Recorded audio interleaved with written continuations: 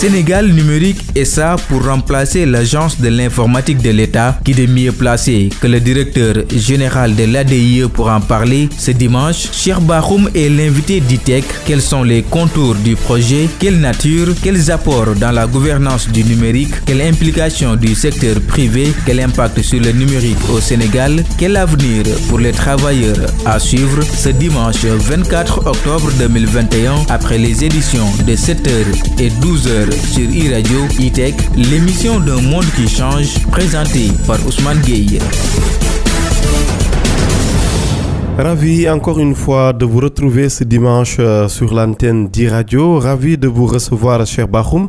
Certainement pour la dernière fois comme directeur général de l'ADIE. Comme ça, on plonge de plein pied dans le sujet. Je vous provoque en même temps. Bonjour. Bonjour, Monsieur Gueye. Bonjour à vos auditeurs et à vos auditrices. Merci encore pour cette invitation. Merci d'avoir accepté l'invitation justement à la tête de l'agence de l'informatique de l'État depuis 2014. Vous avez été au-devant de l'actualité à la faveur de beaucoup de projets conduits par vos soins, la dématérialisation, le projet national large bande, le data center national, le plan national géomatique, le passant, le projet d'appui structurel à la stratégie d'aménagement numérique du territoire, le ministère de l'économie numérique au passage annonçant d'ailleurs un atelier sur la question prévue à la fin de l'année 2021 au mois de décembre prochain.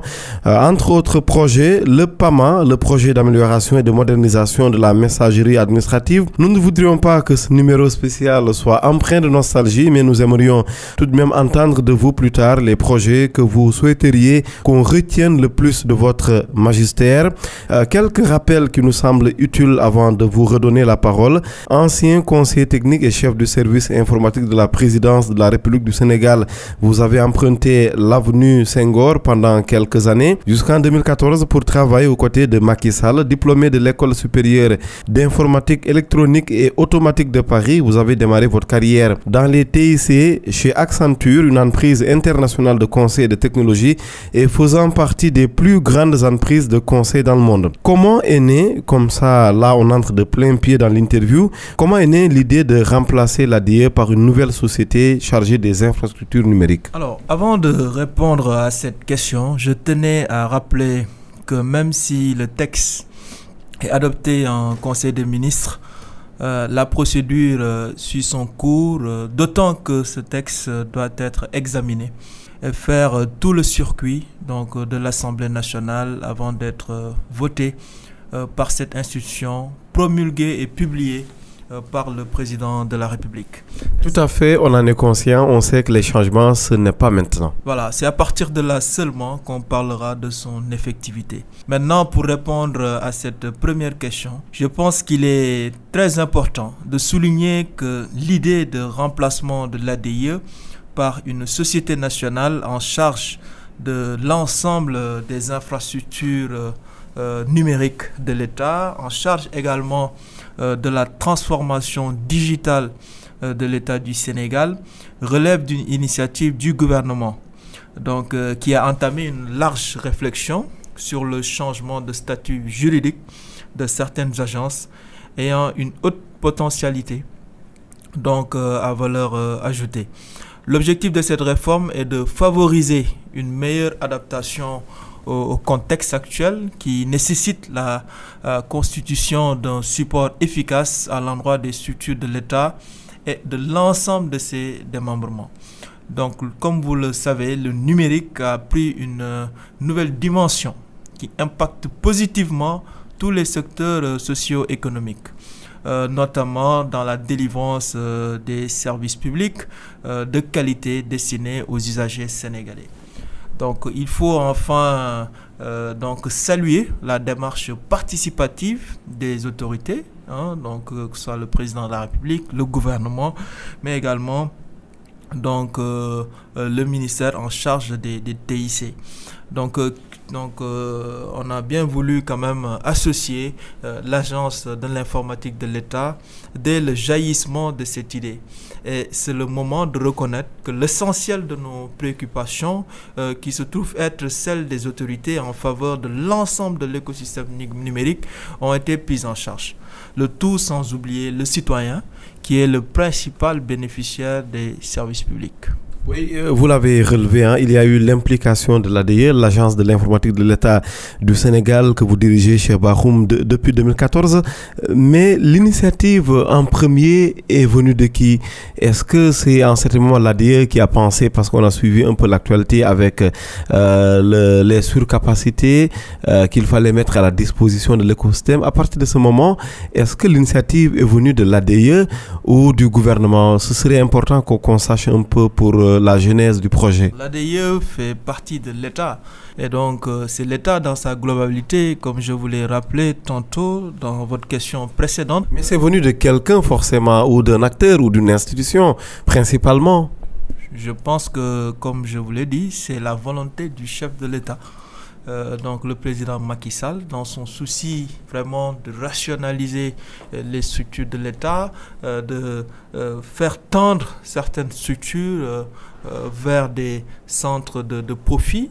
Je pense que c'est ce qui a justifié aujourd'hui le fait qu'une entité comme la nôtre, qui regorge de potentialités extraordinaires, puisse vraiment se muter en société nationale pour non seulement accélérer les choses dans tout ce qui est digitalisation au niveau de l'État, mais également permettre au secteur privé d'avoir accès à toutes ces ressources informatiques qui sont quasiment inépuisables, en tout cas aux entités privées, mais également à tous les Sénégalais qui aujourd'hui ont besoin du numérique pour développer leur activité.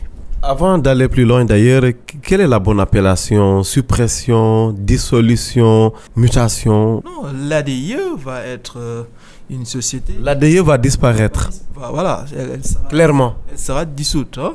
Donc elle sera remplacée par la nouvelle société Sénégal Numérique SA. Voilà, Sénégal Numérique SA, qui sera maintenant la nouvelle entité en charge de mettre en œuvre la politique digitale définie par le président de la République, Macky Sall.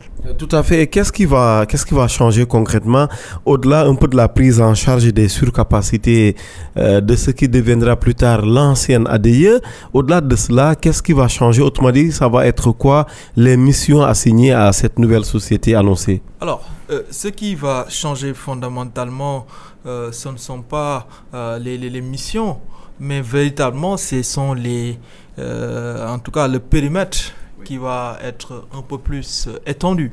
Voilà, parce que l'ADIE, c'était une agence d'exécution du gouvernement. Aujourd'hui, on a une société nationale qui pourra vraiment piloter tous les projets donc dans le domaine digital, mais également permettre à ce que les ressources informatiques que nous disposons puissent vraiment être monnayées au secteur privé, que ce soit au niveau national, mais également au niveau de la sous-région, parce que c'est des ressources informatiques qui peuvent être mises à la disposition d'autres pays amis du Sénégal. Et je pense qu'on a beaucoup d'exemples en tout cas de sociétés nationales. Comme Sénélec. Voilà, de sociétés nationales. Non, je parle de l'Afrique, par exemple. La SNDI en Côte d'Ivoire a vendu des outils informatiques au Sénégal, donc il y a quelques années. Et je pense qu'aujourd'hui, en faisant cette société, nous pourrons, nous aussi, toutes les réussites qu'on a pu avoir au Sénégal, on peut aller les vendre dans la sous-région et même au niveau du continent africain. Donc vraiment pour pouvoir rapatrier des devises pour notre pays et vraiment améliorer notre balance commerciale. Et les devises, le budget, c'était un gros souci de l'ADIE? Vous pouvez y revenir un peu? Est-ce que c'était simple en tant qu'ADIE d'avoir son propre budget sans pour autant peut-être revendre ses surcapacités? Alors, comme je l'ai dit tantôt, nous voulons vraiment tendre vers un centre de profit. Effectivement, l'ADIE représentait un centre de coût pour l'État du Sénégal parce que nous étions exclusivement subventionnés par l'État du Sénégal pour mener les activités de l'agence. Donc c'est tout à fait normal. Maintenant, je pense qu'avec cette société, nous voulons quand même réduire cette subvention, voire l'éliminer d'ici quelques années. parce que nos activités, la vente de la surcapacité par exemple aux opérateurs titulaires de licence, les activités que nous allons mener dans les espaces Sénégal Service où nous donnons des services aux usagers, tous ces services peuvent être monnayés. Donc c'est plusieurs rentrées d'argent qui pourront vraiment supporter non seulement l'exploitation des infrastructures, mais également permettre à l'État de disposer d'autres ressources pour prendre en charge d'autres politiques prioritaires pour notre pays. On reviendra sur l'implication du privé, notamment Optique, l'organisation des professionnels des TIC du Sénégal. Mais je reviens un peu sur le nous utilisé par vous-même tout à l'heure. Ça veut dire que vous êtes déjà dedans, dans cette nouvelle société. Autrement dit, quel va être le rôle de quelqu'un comme vous qui aujourd'hui dirige l'ADIE du Sénégal dans cette nouvelle société? L'ADIE va être dissoute, donc...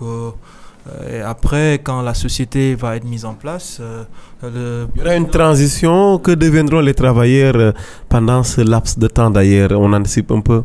Alors, donc, que deviendront, hein? J'ai bien dit deviendront. Voilà, donc par rapport à l'agence, quand l'agence sera dissoute, effectivement, en tout cas... Il y aura un temps d'arrêt, on est un peu curieux de savoir, on dissout, après on fait quoi? Les travailleurs attendent, vous aussi, pour le démarrage de la future société, ça va se passer comment? Non, à ce niveau-là, je pense que, comme je l'ai dit, quand la société va être mise en place, c'est le président de la République qui devra nommer donc le dirigeant de cette société, donc le directeur général en l'occurrence. Et donc en l'occurrence vous? Ça c'est le président Macky Sall qui devra en décider. Mais vous êtes un proche du président, monsieur Cheikh Bakhoum. Il n'y a que lui qui a la prérogative de nommer à ce poste-là. Comme il peut aussi faire des promesses, il en a la prérogative. À ce niveau-là, je n'ai pas d'informations. Mais clairement, c'est lui qui devra nommer, donc la personne qui devra diriger cette société. Et cette personne devra d'abord, bien sûr, s'appuyer sur les ressources humaines de l'agence de l'informatique de l'État. D'abord. Qui devront vraiment prendre en charge dès le départ les missions de cette nouvelle société. Et comme je le rappelle, vraiment, l'ensemble des missions de l'agence de l'informatique de l'État ont été transposées, ont été alloué à cette nouvelle société. Donc c'est une activité qui va bien sûr continuer. On ne peut pas connaître d'arrêt en matière de gestion de nos data centers, en matière de gestion des services que nous donnons aux usagers. De dématérialisation. Une minute d'arrêt ne peut pas être tolérée. Donc le personnel peut être tranquille car c'est sur ce personnel-là que devra compter en premier donc les nouveaux dirigeants de cette nouvelle société. Je sais que c'est un sujet d'occupation, de préoccupation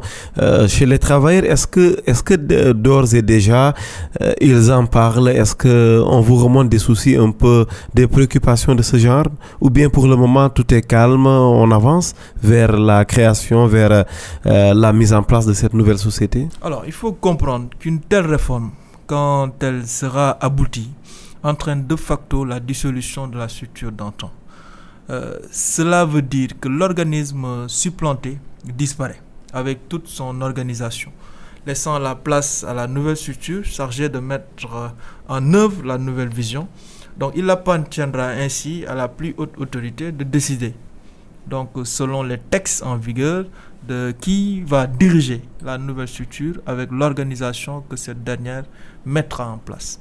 Maintenant, pour le personnel, le projet de loi a précisé à son article 4 que dès la création de la société Sénégal Numérique SA, l'agence de l'informatique de l'État lui transfère son patrimoine, ses droits et obligations, ainsi que le personnel nécessaire à la réalisation de son objet social. Nécessaire, tout le mot est là, nécessaire. Oui, bien entendu. Donc tout le personnel, l'ensemble des activités aujourd'hui gérées. Nécessaire, ça veut dire qu'il peut y avoir par exemple des acteurs dont la présence pourrait être jugée comme pas nécessaire et qui peut-être ne seraient pas reconduits. C'est ce que ça veut dire aussi. Non, je pense qu'en matière aujourd'hui, l'ADIE a un personnel. Je pense que la direction générale peut décider à un moment ou à un autre de se séparer d'une partie du personnel. Ça, c'est la vie de tous les jours dans les agences et dans les sociétés nationales. Mais en l'occurrence, en tout cas, cette nouvelle société qui va se créer, en tout cas au vu de la situation du personnel au niveau de l'agence, c'est un personnel, en tout cas c'est une agence qui est en sous-effectif. Déjà. Donc, je ne pense pas qu'on doit se séparer, en tout cas d'une partie du personnel. Donc avec la création de cette nouvelle société, je pense plutôt qu'il va falloir quand même créer beaucoup plus de départements pour pouvoir permettre de prendre en charge toutes ces nouvelles missions, notamment sur la partie commercialisation donc des services, donc pour pouvoir vraiment en tout cas mieux staffer donc cette nouvelle société. Pendant qu'on parle d'ailleurs d'emploi au Sénégal, c'est les 165 000 emplois, si je ne me trompe, ou les 65 000 emplois, je vérifie après. C'est une bonne nouvelle déjà pour les demandeurs d'emploi? Oui, je pense que ça, c'est une volonté du chef de l'État. Donc, il connaît la situation économique du pays, parce qu'on a été frappé de plein fouet par la Covid-19. Toutes les économies sont à terre. Nous devions, à ce stade, en 2021, avoir une croissance à 2 chiffres. Aujourd'hui, ce n'est pas le cas. Hier, en tout cas l'année dernière, c'était un taux de croissance quasiment nul. Dans le monde, nous avions un taux de croissance de moins de 4 ou 4%. Hein? Donc en Afrique, c'est la récession partout, en Europe, partout. Vraiment, c'est des temps extrêmement difficiles. Donc qui parle maintenant de récession, donc parle forcément de perte d'emploi.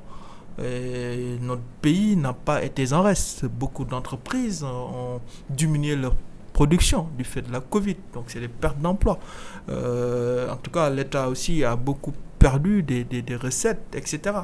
Mais quand même, le chef de l'État, en tout cas, son sens de solidarité, son sens de vouloir vraiment aider les jeunes, hein, donc il a pris cette décision historique en tout cas, d'engager son gouvernement à recruter ces milliers de jeunes partout sur le territoire national pour vraiment donner un nouvel élan, en tout cas à la jeunesse et au recrutement des jeunes.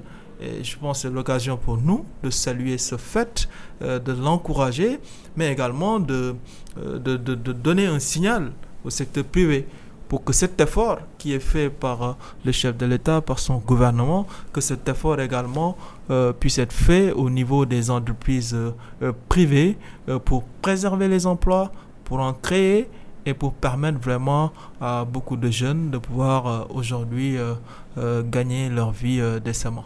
Le secteur privé justement, toujours sur Sénégal Numérique SA, la société annoncée qui devrait donc être concrétisée très bientôt.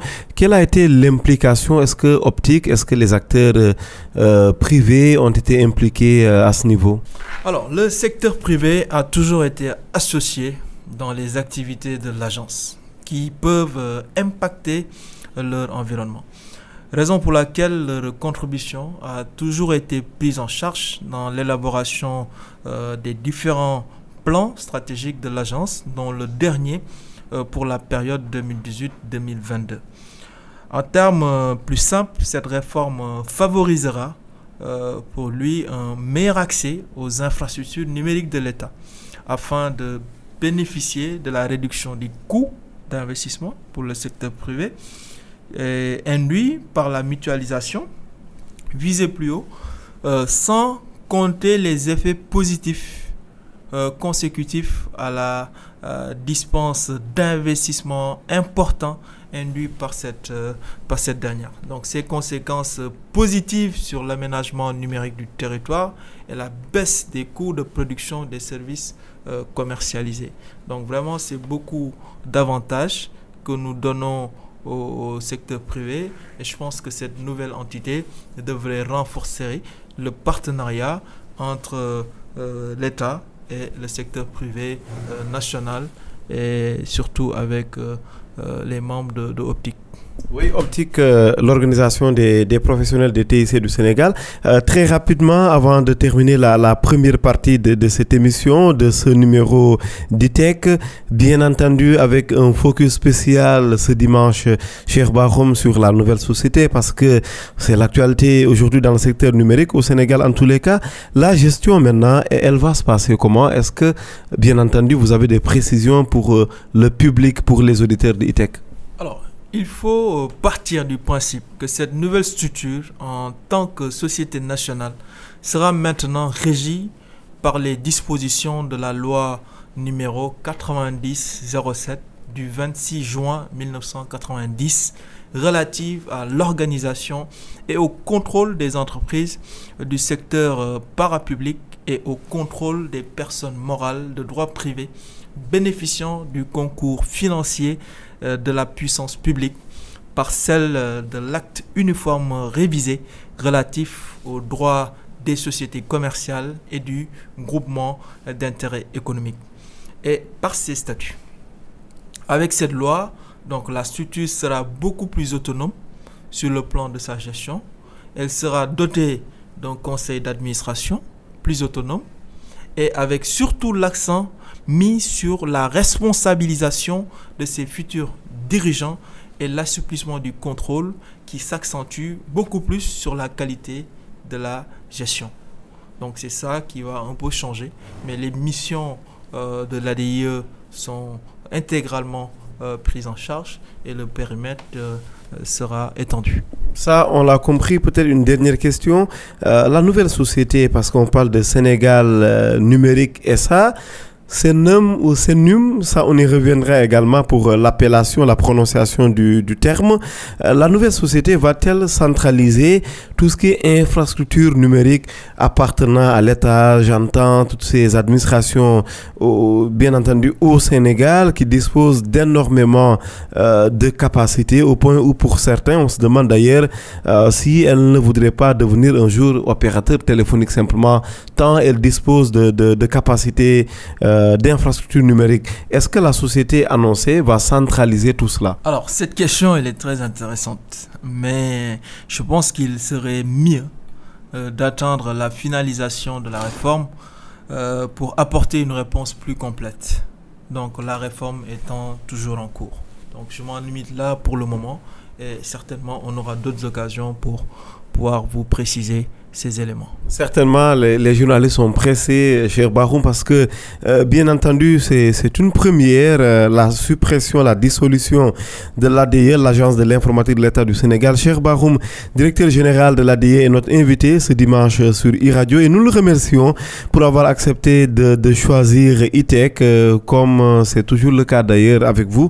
Et merci déjà pour ce choix, pour cette considération à l'endroit des auditeurs d'iRadio. Très rapidement, avant la pause, il nous reste encore 2 minutes. Si bien entendu le décompte est bon, chez Bakhoum, qu'est-ce que ça fait chez vous d'être le directeur général de l'ADIE, probablement le dernier avant le grand saut, avant la grande réforme? Qu'est-ce que ça fait chez vous? Est-ce qu'on se dit qu'on vit peut-être un moment particulier de sa carrière où on est entre une dissolution et puis une nouvelle société qui s'annonce, qui arrive? Non, pas du tout. Je pense que dans la vie, tout est étape. Je pense qu'on a quand même franchi une étape importante. Mais en tant que directeur général, excusez-moi, on peut se préparer à tout sauf à une dissolution de sa propre administration, de la chose qu'on dirige. Alors, moi, je pense que nous ne sommes pas importants dans tout ça. Ce qui est important, c'est le Sénégal et qu'on puisse... On parle de la personne du directeur général. Elle n'est pas importante. Quel que soit le directeur général, l'essentiel est que les besoins des Sénégalais puissent être pris en charge dans ce domaine. Aujourd'hui, on a eu une agence qui a été créée depuis 2004, qui a fait des résultats que les Sénégalais ont apprécié. On y reviendra dans la seconde partie. Voilà. Maintenant, il faut passer à une nouvelle étape pour voir plus grand, pour voir mieux et vraiment étendre ses tentacules partout au niveau du Sénégal, mais également dans le continent africain. Vous l'aurez compris, Cheikh Bakhoum, directeur général de l'ADIE du Sénégal depuis 2014, est notre invité ce dimanche 24 octobre 2021 sur iRadio. Nous faisons le tour de l'actualité de la technologie au Sénégal et certainement ailleurs et certainement et sûrement au Sénégal. L'actualité du numérique reste dominée par l'annonce de cette nouvelle société à venir et qui devrait donc remplacer l'ADIE, l'Agence de l'informatique de l'État. Son nom, Société Sénégal Numérique SA. On y reviendra. Cheikh Bakhoum nous fera l'honneur de revenir notamment sur les principales missions de l'ADIE. On lui demandera principalement s'il est conscient qu'il y a eu de l'impact sur le vécu des populations. Une pause donc de 25 minutes, le temps de laisser passer les dernières infos de ce dimanche et l'on se retrouve juste après. E-Tech, Ousmane Gueye sur iRadio. Cheikh Bakhoum, directeur général de l'ADIE, l'Agence de l'informatique de l'État du Sénégal, est notre invité ce dimanche sur iRadio. Et comme rappelé, comme indiqué tout à l'heure avant la pause, nous faisons le point de l'actualité marquée au Sénégal par l'annonce par l'État du Sénégal en Conseil des ministres de surcroît de la création d'une nouvelle société, Sénégal Numérique SA, qui devrait donc remplacer l'ADIE. L'ADIE donc promise à une dissolution tout simplement, pour dire les mots crûment comme ça et vous donner une meilleure idée de ce qui se prépare.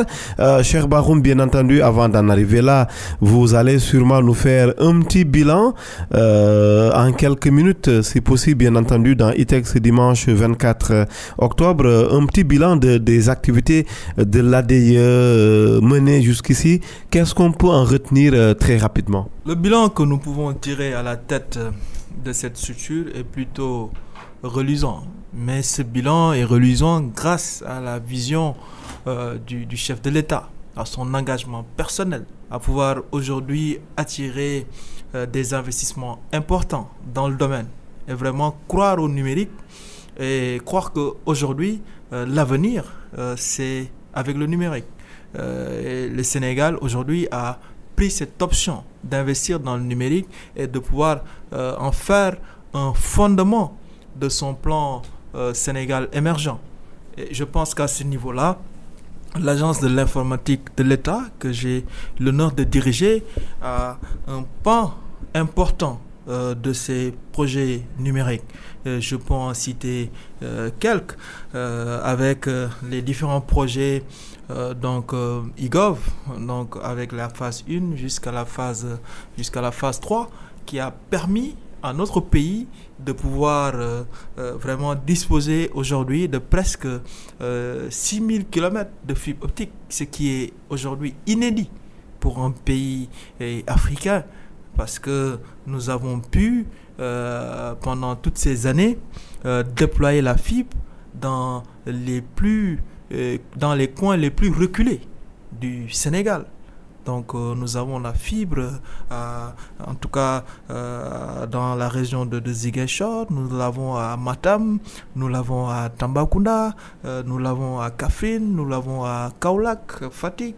Vraiment, dans toutes les régions du Sénégal, aujourd'hui, l'État a maillé donc, le territoire en fibre optique, ce qui permet de réduire les distances, ce qui permet à ces structures qui sont dans ces zones de pouvoir travailler dans les mêmes conditions que les personnes qui sont dans la capitale.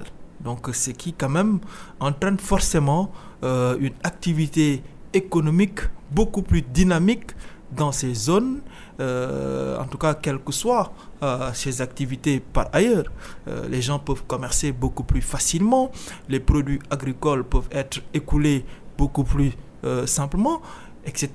Donc c'est cela un peu l'enjeu du numérique, et c'est pourquoi c'est intéressant de voir après donc tout l'impact que ces investissements vont avoir vraiment sur le développement de nos terroirs.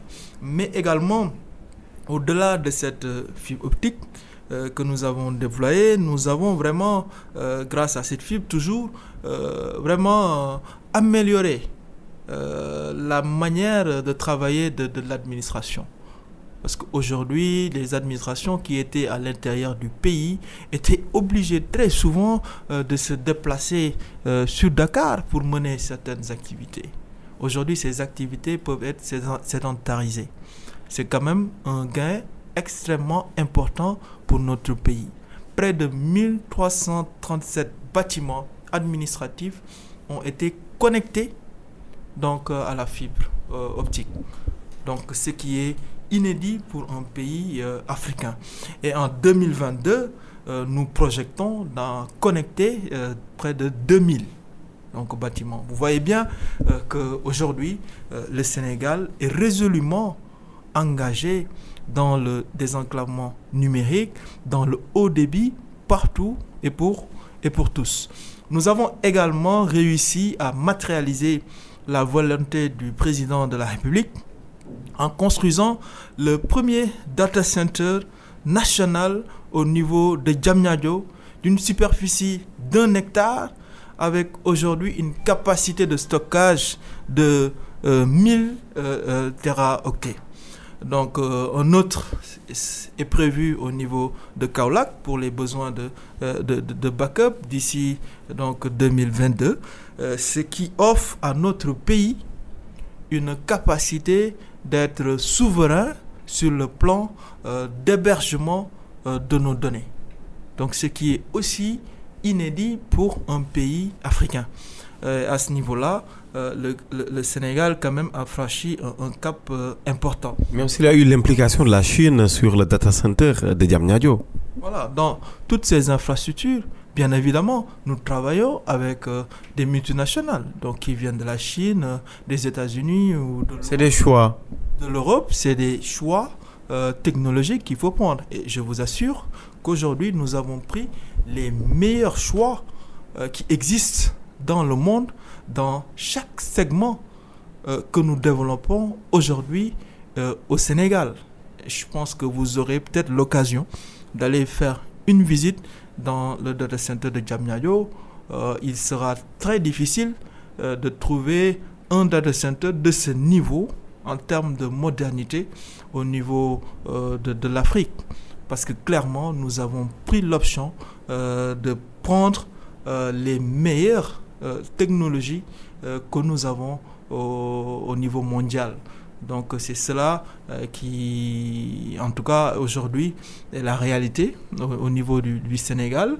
Et nous appelons vraiment tout le monde, le secteur privé, national, à venir à nos côtés pour qu'on construise vraiment des offres qui pourront attirer des multinationales et vraiment positionner le Sénégal comme un hub technologique où on pourra héberger les applications de la sous-région du continent africain de manière générale. Nous reviendrons chez Bakhoum d'ailleurs sur le bilan parce que j'imagine bien qu'il y a d'autres annonces peut-être ou d'autres points à faire pour les auditeurs du TEC. Mais sur le data center du Sénégal à Diamniadio comme il s'appelle, où est-ce qu'on en est actuellement? On revient d'abord sur la souveraineté numérique. Certes, il y a eu la Chine, il y a eu tout un débat autour de cette souveraineté ou pas, mais au-delà de ça, est-ce que vous pouvez rassurer les Sénégalais sur, disons, l'hébergement des données? Actuellement, quelles sont les premières données qui ont cette chance d'être hébergées au data center de Diamniadio? Alors ça, je ne pourrais pas vous dire quelles sont les premières données, malheureusement, parce que ça... Il y a eu un premier hébergement déjà, non? Bien sûr, dès le premier jour, dès l'inauguration, des données ont été hébergés dans le data center parce que le data center est opérationnel. Donc clairement, c'est un data center aux normes qui répond à toutes les normes internationales et qui permet aujourd'hui quand même d'héberger nos données dans d'excellentes conditions. Ce qui n'était pas le cas pendant plusieurs décennies pour notre administration. Les données étaient hébergées dans des endroits qui ne répondaient pas du tout aux normes, qui pouvaient disparaître du jour au lendemain. Oui, mais parfois même, oui. Et donc, grâce à cet investissement, nous pouvons dire maintenant que nous pouvons héberger nos données avec les normes requises pour vraiment garantir la sécurité de ces données et que vraiment que tous les usagers puissent avoir accès à ces données à chaque fois qu'ils le désirent. Et comment le rapatriement va se faire? Parce que le mot est revenu dans le discours du président de la République. Vous étiez bien entendu à Diamniadio. Les opérations de rapatriement de nos données, elles vont se faire comment? Est-ce que d'ailleurs elles ont démarré? Oui, elles ont démarré. Dès l'appel du chef de l'État, beaucoup de structures nous ont écrit. Et l'étranger? Non, les structures de l'État du Sénégal qui avaient leurs données hébergées à l'étranger. Donc ils nous ont écrit pour pouvoir disposer d'espace dans notre data center pour héberger, rapatrier leurs données. Mais faudrait-il qu'on fasse l'état de ces données? De quelles données est-ce qu'il s'agit, comme le demandent les observateurs? Non, je pense qu'à ce niveau, c'est clair. L'option de l'État du Sénégal, c'est que l'ensemble des structures de l'État, je précise bien de l'État, ont l'obligation d'héberger leurs données au Sénégal. Obligation, ça veut dire que si elles ne respectent pas les règles, il y a forcément des sanctions prévues. Parce qu'il n'y a pas de sanctions prévues, ce n'est pas une obligation.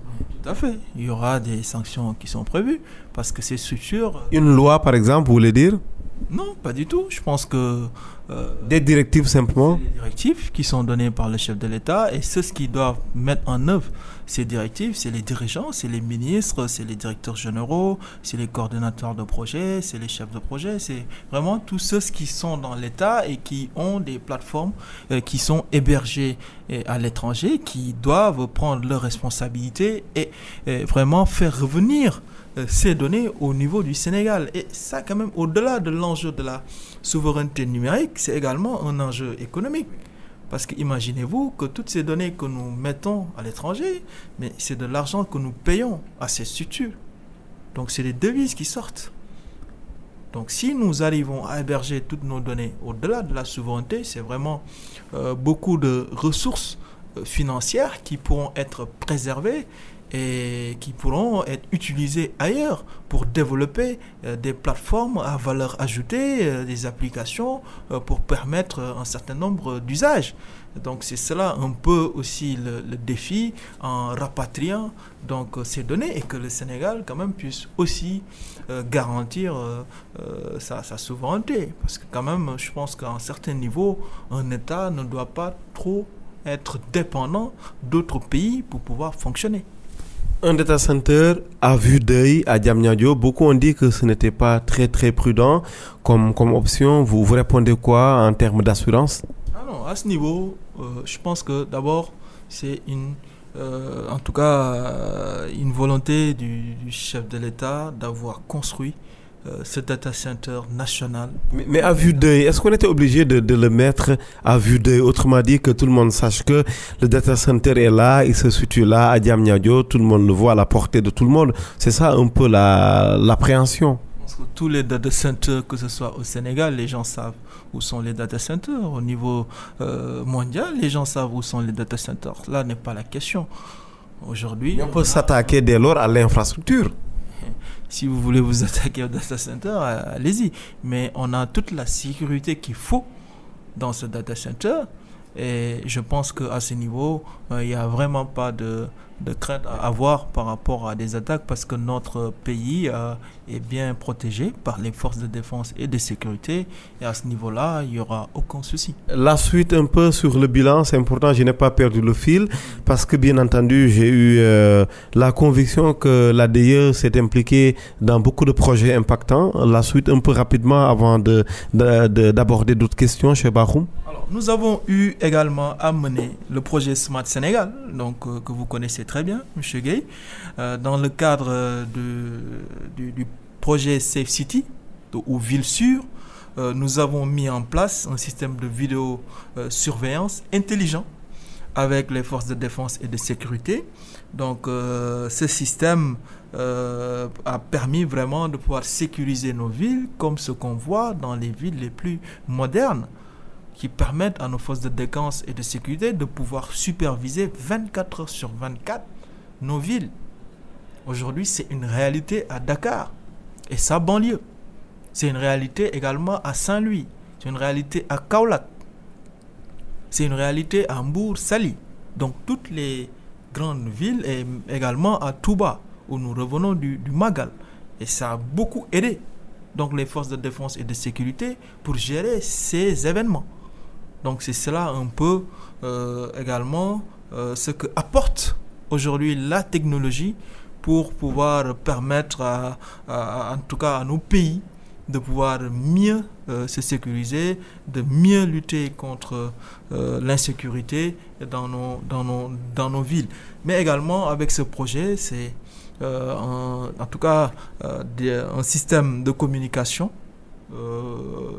exclusif qui a été mis en place pour les forces de défense et de sécurité. C'est également valable avec ce projet. Donc nous avons pu connecter l'ensemble des universités sénégalaises à la fibre optique. Nous avons pu également connecter les espaces numériques ouverts, quelques écoles, des CM, des écoles primaires, et les équiper avec le projet Smart Education. Donc, où on a mis en place des studios d'enregistrement, parce qu'on est dans un contexte de Covid où on parle beaucoup de téléenseignement. Aujourd'hui, le téléenseignement est une réalité dans toutes les universités sénégalaises grâce au projet Smart Sénégal, qui, je le rappelle, est venu avant la Covid. C'est pour cela beaucoup d'universités ont pu quand même, dès l'apparition du Covid, à continuer à délivrer leurs cours, à permettre aux étudiants de rester chez eux et de pouvoir disposer d'enseignement. C'est valable à Bambey, Saint-Louis, Ziguinchor, Dakar, ici à l'UQAD, Thiès également. Donc toutes les universités ont pu être dotées de ces technologies nouvelles qui permettent de pouvoir disposer d'un enseignement de qualité et en ligne. Mais également dans ce projet, nous retrouvons le volet Smart Territoire où nous avons construit 45 espaces Sénégal Service, donc des bâtiments neufs, donc dans les 45 départements du pays. L'objectif ici est de mettre en place un guichet unique de délivrance des services administratifs, à souligner que ce sont les espaces qui abritent aujourd'hui le pôle emploi. Ceci vient compléter les plateformes que l'ADIE a mises en place, parce que nous avons développé pendant plusieurs années des services en ligne, notamment avec Télédac, le permis de construire, la demande de baccalauréat, etc. Donc tous ces services étaient en ligne. Mais on s'est rendu compte qu'on avait besoin de pouvoir aider les usagers du service public partout où ils puissent se trouver. C'est pour cela que nous avons construit ces espaces Sénégal Service pour vraiment accélérer l'utilisation de ces procédures digitales. Oui, Smart Sénégal, chez Bahoum, un accent là-dessus. Est-ce que le projet avance? La réponse, bien entendu, c'est oui. Mais où est-ce que vous en êtes? Est-ce qu'il y a des étapes à franchir? Autrement dit, des étapes qui resteraient? Alors, je parlais tantôt de la partie Smart Education. Oui. Je voulais terminer par deux grands projets. C'est d'abord la partie Wi-Fi public. On sait qu'aujourd'hui, quand même, dans les pays modernes, l'accès à Internet doit être facilité. On parle même aujourd'hui d'accès universel à l'Internet. C'est-à-dire que le droit que nous avons d'avoir de l'eau, d'avoir de l'électricité, c'est à peu près le même droit qu'on veut donner à tous les hommes de cette terre à avoir accès à l'Internet. C'est pour cela beaucoup de gouvernements ont pris l'option de renforcer la connectivité dans les villes. Pour ça, le président Macky Sall également fait partie de ces dirigeants qui ont pris cette option de mettre le Wi-Fi un peu partout dans le pays. Et près de 120 places publiques ont été couvertes. Donc la quasi-totalité des places publiques qui sont à Dakar ont été prises en charge, mais également dans les régions. Donc les places publiques dans les régions ont été prises en charge. Donc c'est le cas au niveau de l'aéroport international Blaise Diagne. Aujourd'hui, un touriste qui arrive, un Sénégalais qui arrive à l'aéroport peut se connecter automatiquement. Je pense que c'est la première demande quand un individu arrive au niveau d'un aéroport. Ce n'était pas le cas au niveau du Sénégal. On arrivait, on n'avait pas la connexion, etc. C'était compliqué. Et aujourd'hui, vous venez à l'aéroport, vous pouvez vous connecter automatiquement. C'est également valable dans beaucoup d'hôpitaux Donc on sait que des fois les personnes ont besoin de communiquer, d'avoir de l'information dans ces espaces, et tout de suite vous pouvez vous connecter gratuitement sur un Wi-Fi, avoir l'information sur l'hôpital, contacter l'hôpital, etc. C'est également valable au niveau des stades comme Dakar Arena, un stade flambant neuf qu'on a pu également entièrement doter en dispositif Wi-Fi. Mais également grâce à ce projet Smart Sénégal, un nouveau câble sous-marin long de 720 km d'une capacité extensible à 16 terabits avec en tout cas une capacité initiale de 100 gigabits va atterrir au large de Dakar, vraiment pour, encore une fois, renforcer. C'est quand cet atterrissage, on en parle depuis longtemps, ça va arriver un jour? J'avais dit la fin de l'année. Oui. Donc, et la fin de l'année, c'est pour bientôt, chez Bakhoum. Bien sûr.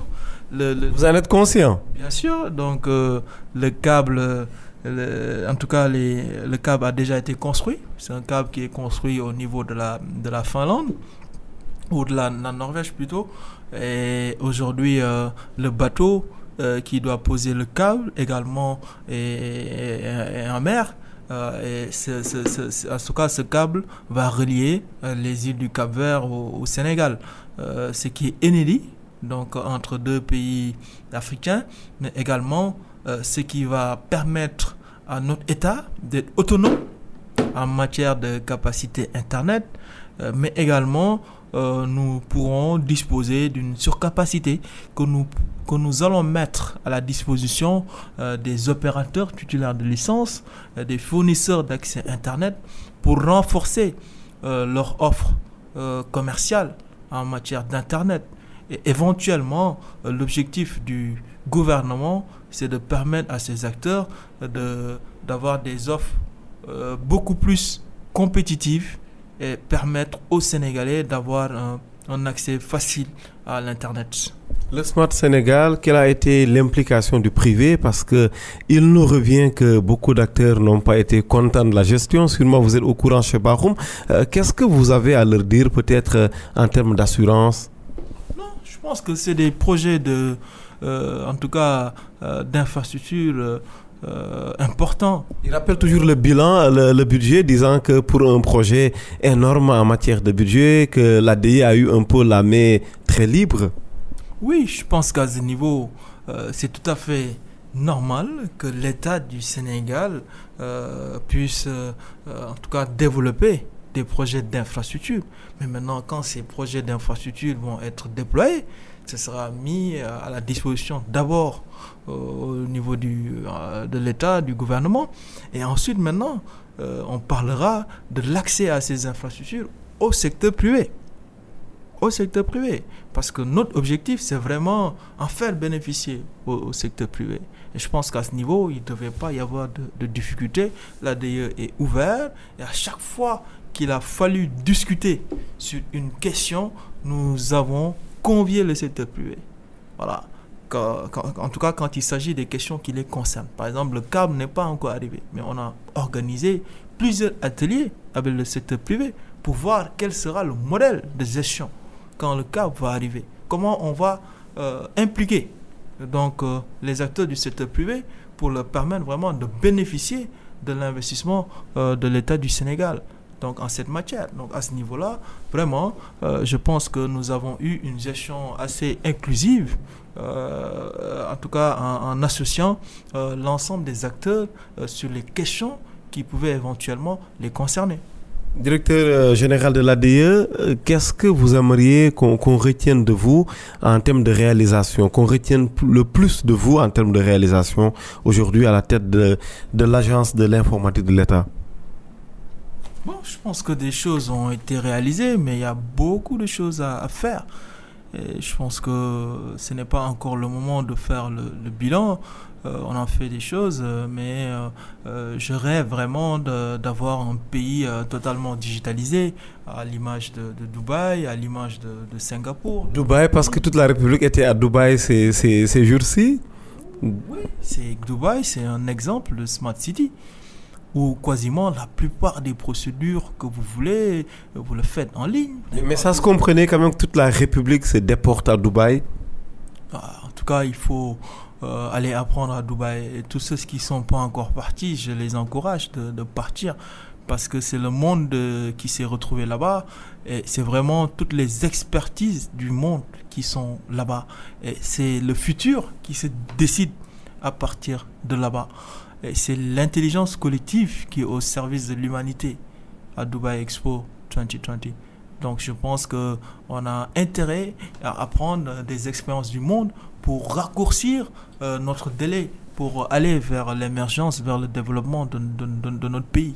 Et je pense que cette, en tout cas, modestie, nous devons l'avoir, aller apprendre des autres pour mieux prendre en charge nos préoccupations. Cher Bakhoum, merci beaucoup. On va sûrement conclure ce numéro spécial par un sourire de votre part parce que vous avez été très sérieux, parce que le moment est grave quand on parle de dissolution et quand on annonce une nouvelle société. Non, pas du tout. Je pense qu'il y a aucune gravité. Vous avez été très sérieux, très grave. Peut-être c'est votre constat, mais je dirais tout simplement que à chaque fois que je parle des questions liées au Sénégal, j'en parle avec beaucoup de gravité parce que nous devons prendre en charge les préoccupations des Sénégalais. Merci beaucoup, cher Bakhoum, pour cette fidélité renouvelée à E-Tech. Même remerciement à l'endroit de nos très chers et si fidèles auditeurs. Merci infiniment. Excellent dimanche et excellente semaine.